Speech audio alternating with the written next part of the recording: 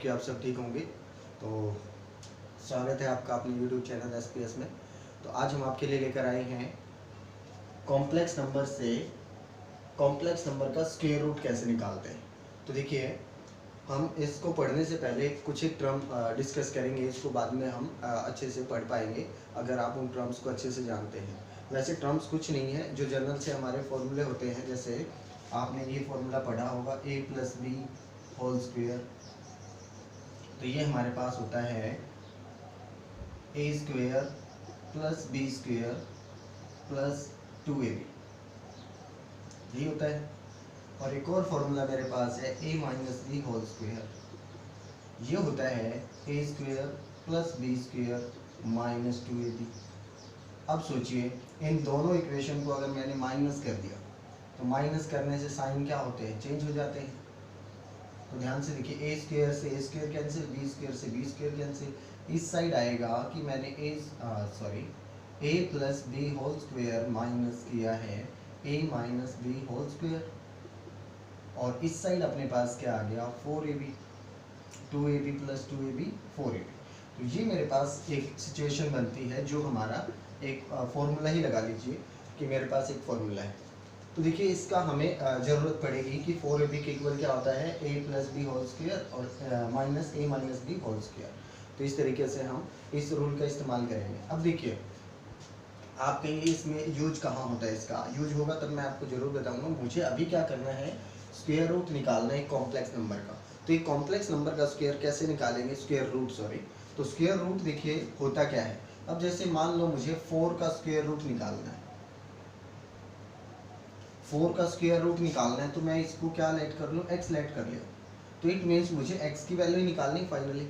Means जो चीज़ मुझे निकालनी है उसको मैंने क्या मान लिया, x मान लिया। तो मुझे क्या निकालना है, x की वैल्यू निकालनी है। तो अब हमें क्या करना है, एक कॉम्प्लेक्स नंबर दिया हुआ, मैंने z माना है कोई भी, मान लो 1 + 2i। तो मुझे इस कॉम्प्लेक्स नंबर का स्क्वायर रूट चाहिए। मीन्स मुझे क्या निकालना है, स्क्वायर रूट ऑफ z। तो देखिए, स्क्वायर रूट ऑफ z को मैंने क्या लेट कर लेना है, एक और कॉम्प्लेक्स नंबर ही बनना है फाइनली। मीन्स देखो, कॉम्प्लेक्स नंबर की कंडीशन क्या होती है कि आप कोई भी ऑपरेट करें, उसके अंदर कुछ भी ऑपरेशन लगाएं, बनना क्या है फाइनली, एक कॉम्प्लेक्स नंबर ही बनना है। तो मेरे पास ये कॉम्प्लेक्स नंबर था, उसने कहा इसका स्क्वायर रूट निकालिए, मैंने निकाल दिया। तो उसका स्क्वायर रूट भी क्या आएगा, कोई ना कोई कॉम्प्लेक्स नंबर बनेगा। तो मुझे इस के स्क्वायर रूट को क्या रख देना है, कॉम्प्लेक्स नंबर के इक्वल रख देना है। अब मैं स्क्वायरिंग बोथ साइड करूँ तो अपने पास z = क्या आएगा, ध्यान से देखिए, z = a + iB स्क्वायर। क्योंकि स्क्वायरिंग बोथ साइड करेंगे तो यहाँ से z आ जाएगा, यहाँ से ये z की वैल्यू क्या है, अपने को दी हुई है 1 + 2i = a² - b²। ध्यान से देखिए, -b² होगा, क्यों, क्योंकि इसका फॉर्मूला ओपन कर रहे हैं। तो अपने पास +2ab i। इस चीज़ को आई होप कि आप समझ गए होंगे। देखिए, a² फॉर्मूला खोलेंगे +iB² एंड +2ab i, ये होगा। तो अब हमारे पास देखिए, इसका b² होगा और i²। तो b² और i² की वैल्यू -1, तो ये हमें वैल्यू देते हैं। तो ये क्या है, अपने पास रियल पार्ट, और ये क्या है, इमेजनरी पार्ट। अगर मैं इसको इस कॉम्प्लेक्स नंबर से कंपेयर करूँ, ये दोनों इक्वल है, तो ऑब्वियसली रियल के इक्वल होगा, और जो इमेजनरी है वो इमेजनरी के इक्वल होगा। तो ध्यान से देखिए, यहाँ से a² - b² की वैल्यू क्या आती है, 1, और 2ab की वैल्यू क्या आती है, 2। ध्यान से देखिए, ये और ये इक्वल होंगे, तो 2ab की वैल्यू क्या हो गई, 2।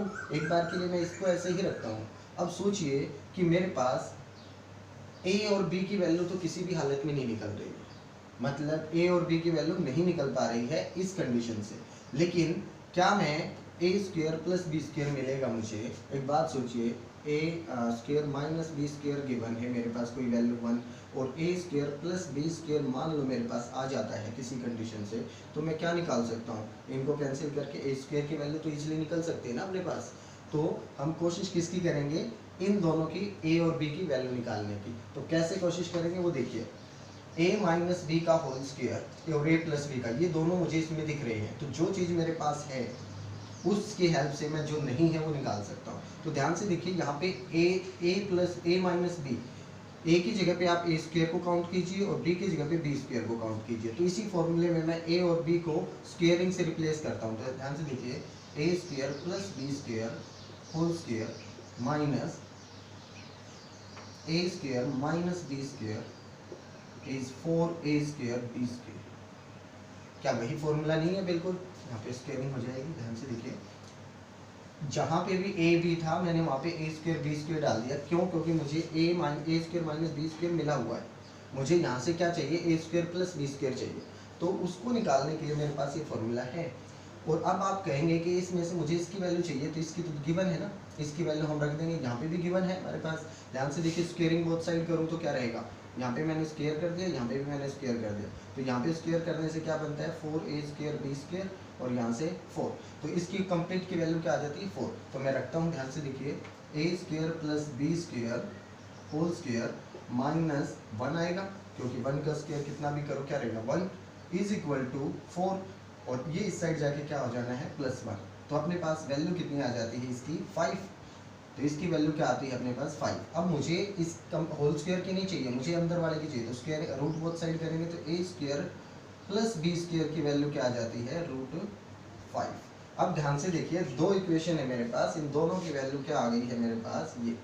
तो इसकी वैल्यू अगर मेरे पास आ गई है तो अब मैं इन दोनों इक्वेशन को, 10th क्लास में काफ़ी आपने ऐसे क्वेश्चन किया एलिमिनेशन मेथड वाले, दोनों को घटा देंगे हम। तो देखिए, बी स्क्वायर तो कैंसिल हो जाएगा, 2a स्क्वायर की वैल्यू क्या आती है अपने पास? इनके सम हो जाएगा 1 प्लस √5। तो देखिए 1 प्लस √5 होगी 2 से डिवाइड, तो a स्क्वायर की वैल्यू क्या है मेरे पास? 1 प्लस √5 डिवाइड बाई 2। स्क्वायर तो मेरा आ गया है, लेकिन a स्क्वायर अकेला, मुझे b स्क्वायर भी तो चाहिए। तो बी स्क्वायर कैसे आएगा? आप किसी एक इक्वेशन में ए स्क्वायर की वैल्यू रख दीजिए। तो ध्यान से देखो, ये इक्वेशन मेरे पास a square minus B square is equal to 1। तो यहाँ से बी स्क्वायर की वैल्यू क्या आती है? ए स्क्वायर माइनस 1। तो यहाँ से अगर मैं बी स्क्वायर निकालना चाहूँ तो क्या आएगा? ए स्क्वायर की वैल्यू जैसी है वैसी 1 प्लस √5/2 और माइनस 1। तो यहाँ से अगर मैं एलसीएम लूँ तो देखिए क्या आता है, जो ऊपर है वो तो सेम बचेगा, माइनस 2 1 जा 2। तो ये आ गया अपने पास √5 minus 1 divide by 2 plus 1 minus 2 then minus 1। तो एक वैल्यू आती है मेरे पास ए स्क्वायर की, क्या? √5 प्लस 1/2। और बी स्क्वायर की वैल्यू क्या आती है? √5 माइनस 1/2। तो ये दो वैल्यू आती है, ए स्क्वायर और बी स्क्वायर की दोनों वैल्यू आ रही है। लेकिन मुझे इनकी वैल्यू चाहिए नहीं, मुझे ए और बी की वैल्यू चाहिए। तो ए और बी की वैल्यू निकालना कोई मुश्किल नहीं है, taking root both side and taking root both side. तो मेरे पास कॉम्प्लेक्स नंबर क्या बनता है? जो स्क्वायर रूट ऑफ जेड है वो क्या बनता है? ध्यान से देखिए, रियल पार्ट ये है अपना √5 plus 1 divide by 2 plus iota के साथ इमेजनरी पार्ट क्या है? √5 माइनस 1 डिवाइड बाई 2। तो ये है मेरे पास square root of a complex number. मतलब हमने किया क्या? ध्यान से देखिए, मुझे क्या करना है? मुझे जिस कॉम्प्लेक्स नंबर का स्क्वायर रूट निकालना है उसको हम किसी एक कॉम्प्लेक्स नंबर के इक्वल पुट कर देंगे। पुट करते ही हम स्क्वेयरिंग बोथ साइड करेंगे, जो कॉम्प्लेक्स नंबर हमें दे रखा है उनको इक्वल रखेंगे। इसका फॉर्मूला खोलते ही अपने पास जो रियल से रियल को कंपेयर करवाओ, इमेजनरी को इमेजनरी से कंपेयर करवाओ। आप इसको कैंसिल आउट करने की सोचेंगे ना, क्योंकि आपको ज़रूरत पड़ेगी इसकी। तो आप इसको वैसे की ऐसे रखने की कोशिश करें। तो देखिए, अब मुझे एक चीज़ यहाँ से मिलेगी, माइनस की मिलेगी, ऑब्वियसली माइनस की मिलेगी, वहाँ से प्लस की इस फॉर्मूले से निकालनी है। ये जो हमारा फॉर्मूला होता है, दोनों इक्वेशन को कैलकुलेट करके निकालते हैं। तो इससे अगर मैंने a माइनस बी से a प्लस बी निकालना है तो हम ऑब्वियसली निकाल सकते हैं। तो ये मैंने a प्लस बी निकाला, a प्लस बी आते ही a माइनस बी और a प्लस बी को सोल्व करके हमने a स्क्वायर और b स्क्वायर दोनों की वैल्यू आराम से निकल सकती है। और अगर स्क्वायरिंग की निकल सकती है तो सिंपल की तो निकल ही सकती है, हम टेकिंग रूट बोथ साइड कर लेंगे। तो a और b की वैल्यू इसमें रख देंगे। तो ये हमारे पास क्या रहेगा? Square root of a complex number. चलिए एक और एग्जांपल ले लेते हैं तो आपका क्लियर हो जाएगा। तो देखिए, हमारे पास नेक्स्ट है कॉम्प्लेक्स नंबर।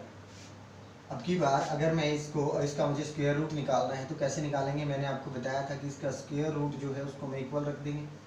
किसके इक्वल रखेंगे? जो कोई भी complex number a plus iota b के इक्वल रख देते हैं। तो मुझे a और b की वैल्यू निकालनी है, तो ऑब्वियसली इनका स्क्वायर करेंगे तो अपने पास क्या रहेगा? ध्यान से देखिए, अगर मैं इसका स्क्वायर करूं तो वही रहेगा जो पिछली बार हमने किया था, कुछ अलग तो आना ही नहीं है। तो हमारे पास ये आ जाता है।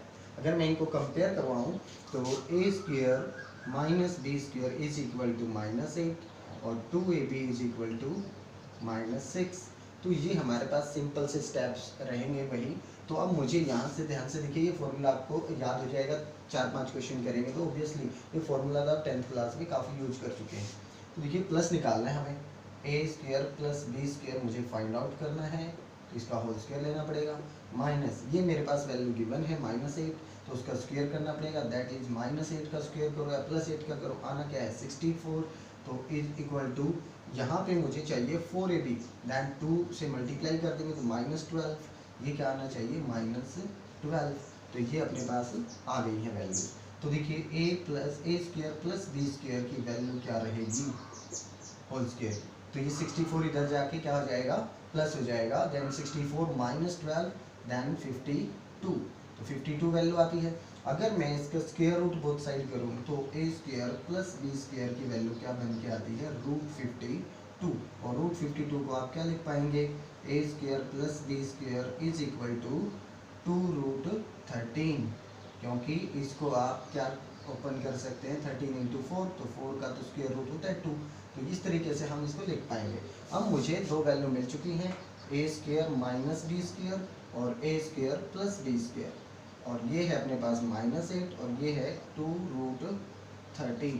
तो इन दोनों को कैलकुलेट करें तो अपने पास बी स्क्वायर तो कैंसिल हो जाएगा, तो ये आएगा मेरे पास 2a स्क्वायर, और 2a स्क्वायर किसके इक्वल, कोई सही चेंज नहीं, जैसे है वैसे के वैसे। तो 2√13 -8 जैसे हैं वैसे के वैसे लिखने हैं ना, अगर माइनस करते तो साइन चेंज होते। तो यहाँ पे तो ये अपोजिट साइन पहले से ही थे तो कैंसिल हो गया। तो यहाँ से 2 क्या जाएगा डिवाइड में, तो 2 देखिए डिवाइड में आ चुका है, इसमें से 2 कॉमन आ रहा है, तो मैंने 2 कॉमन ले लिया, √13 -4 एंड डिवाइड बाई 2, तो 2 से 2 कैंसिल। तो अपने पास ए स्क्वायर की वैल्यू आ चुकी है, ए स्क्वायर की वैल्यू आ गई √13 -4, और ए स्क्वायर की वैल्यू मैं अगर यहाँ रखूँ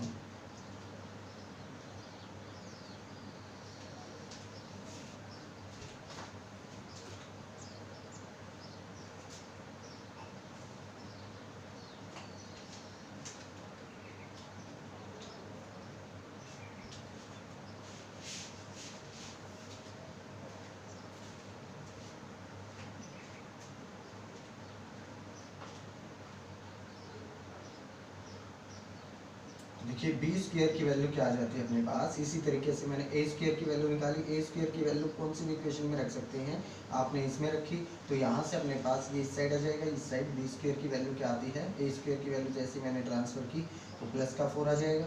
तो वही इसी टाइप की वैल्यू आएंगे, एक में प्लस एक में माइनस का बस थोड़ा सा ही चेंज होता है। तो अगर ए स्क्वायर की वैल्यू ये है अपने पास ये, तो ए की वैल्यू क्या रहेगी, यहाँ से ए की वैल्यू रहेगी अंडर द √13 -4, और b की वैल्यू क्या रहेगी, b की वैल्यू अगर स्क्वायर रूट करें हम तो √13 प्लस